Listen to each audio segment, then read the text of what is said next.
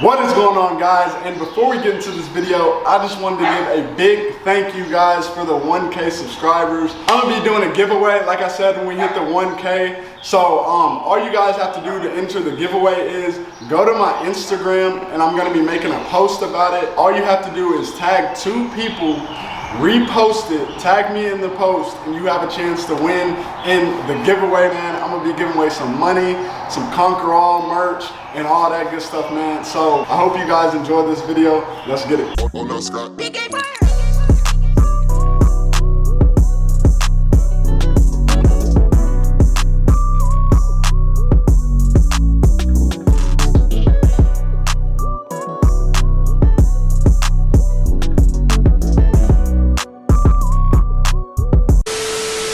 What is going on, YouTube, man? And we are back with another video. We'll be giving y'all the 1-year review on the Hellcat. Everything that I have had to pay for, maintenance, gas prices, all that stuff, man. I'm gonna be telling y'all about the car, man, and how it was, how it held up over the last year, and all that good stuff, man. So about time y'all see this. For the ones that already kind of know, I'm selling the Hellcat. About time the next video comes out where I tell you guys why I sold it and like what's coming next and all that good stuff. I will not have the Hellcat anymore. I am literally heartbroken about it, y'all, and we're gonna talk about more of that on the next video, y'all. But in today's video, we're gonna talk about the 1-year review. So first, we're gonna start out with the gas prices, and the gas prices are killer. Not just because it's a Hellcat, but where I am, it's a little bit high right now, man. Gas is almost like $5. It's not as bad as like places like California and stuff like that, almost paying like $7. But gas killed me throughout the whole year I had the car, y'all. I'm not gonna lie. So on an average, on a weekly basis, I average anywhere from $120 to $150 on gas alone. So yeah, it almost turned into like another bill. So that was a really big thing on owning it for a year.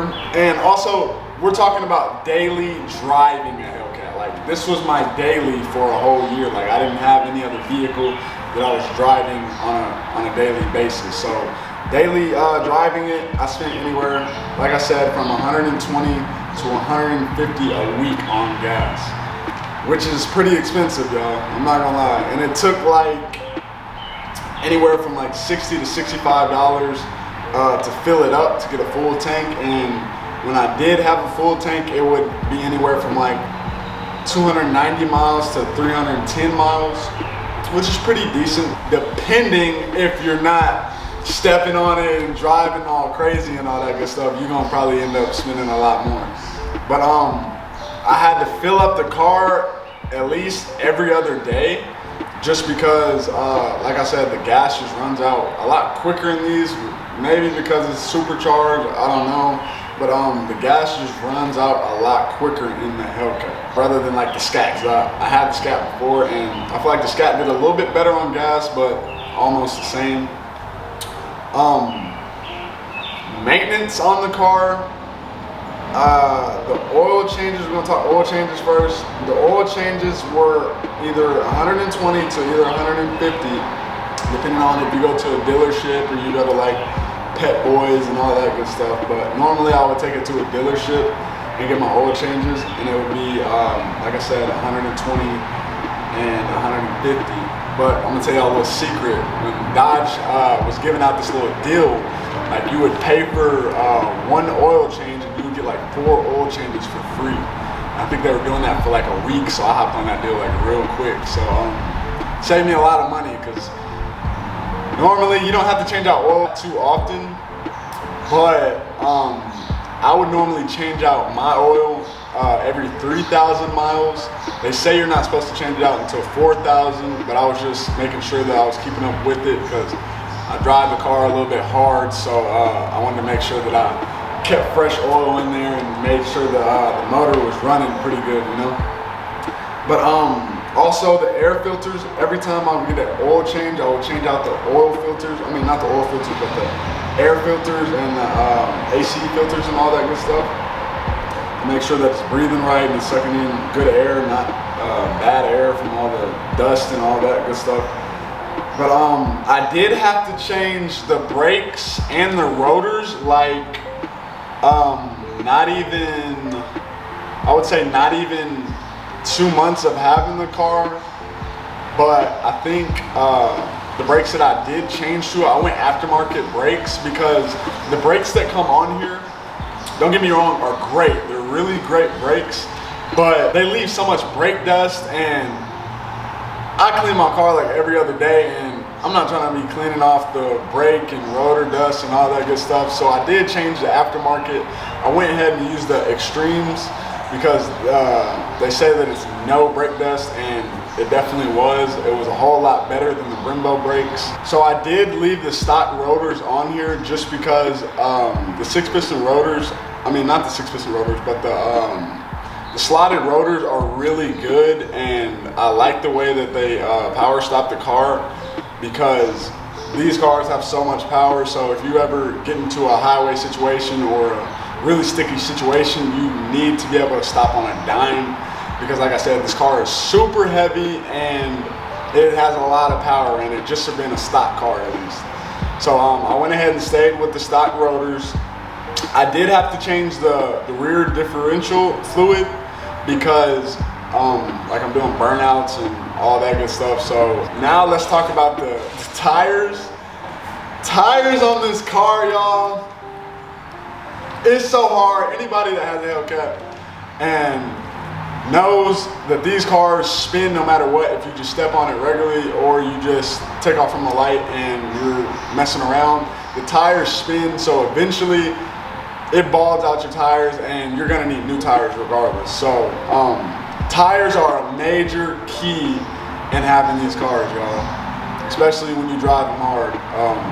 I spent $1,600 to $2,200 on 4 sets of tires. Pause. So y'all just, I had to point this out real quick. Y'all see the pain that is on my face when I'm explaining how much I done spent on tires alone, man.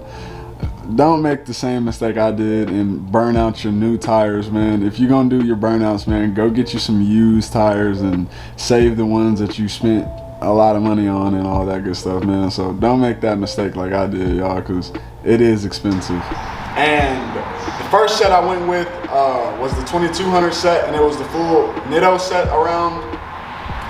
And they lasted me probably, I'm not gonna lie, those were the tires that lasted me a really long time. Those were the ones that lasted probably like 9 months. I went ahead and got the full set. But I went ahead and went with Toyos, and I spent $1,600 on those full set.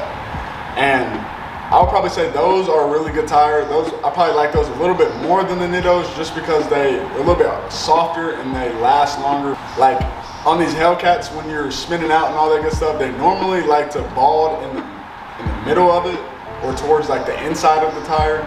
And these Toyos, they haven't done that, so that's really good. A must-have purchase when you buy these cars, like I said, because it's spinning regardless, no matter what you're doing, is drag radials. So on my drag radials, I end up spending $1,600 just on the rears, and for the most part, that's all you're really gonna need, unless you're trying to get the full effect out of this car and trying to get the skinnies in the front as well. But I went ahead and just went with the rear radials, and I spent $1,600 on my rims and tires, which is not bad because those things are expensive themselves.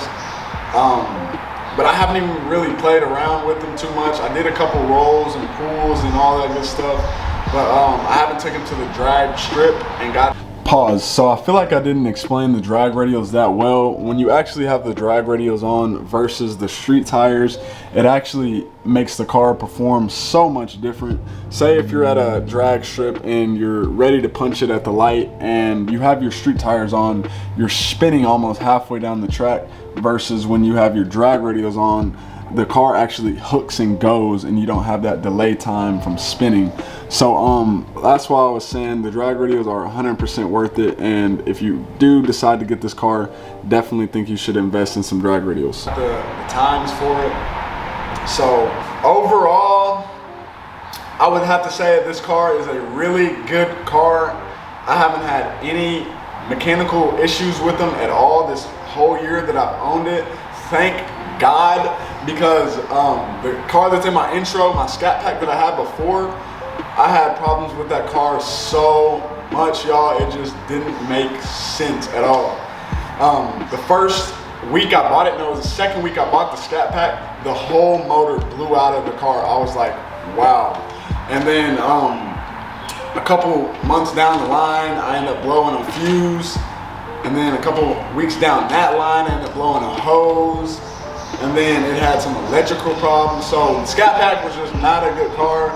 I'm not speaking for all Scat Packs, but the one I had, it was just horrible. But exact opposite of this car has done great. Took really good care of it. Haven't had any problems. Let me not speak that into existence. But really good car, y'all. I would highly recommend it. And it's just a classic muscle car, y'all. It's a classic muscle car. It's beautiful. It's just a really great car to have, so I highly recommend it to anybody that's thinking about wanting to go get them a Hellcat. Go out there and pull that trigger and get it, man. Appreciate you guys watching the video, and that is pretty much going to be it on this video, y'all.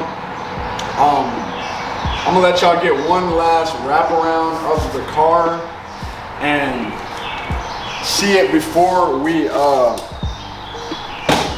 basically give it away, man. We're giving it away. It's going to a new home, y'all. So about time y'all see the next video where I'm explaining why I sold it. I won't have it anymore, so I'm gonna give y'all one last look at it real quick.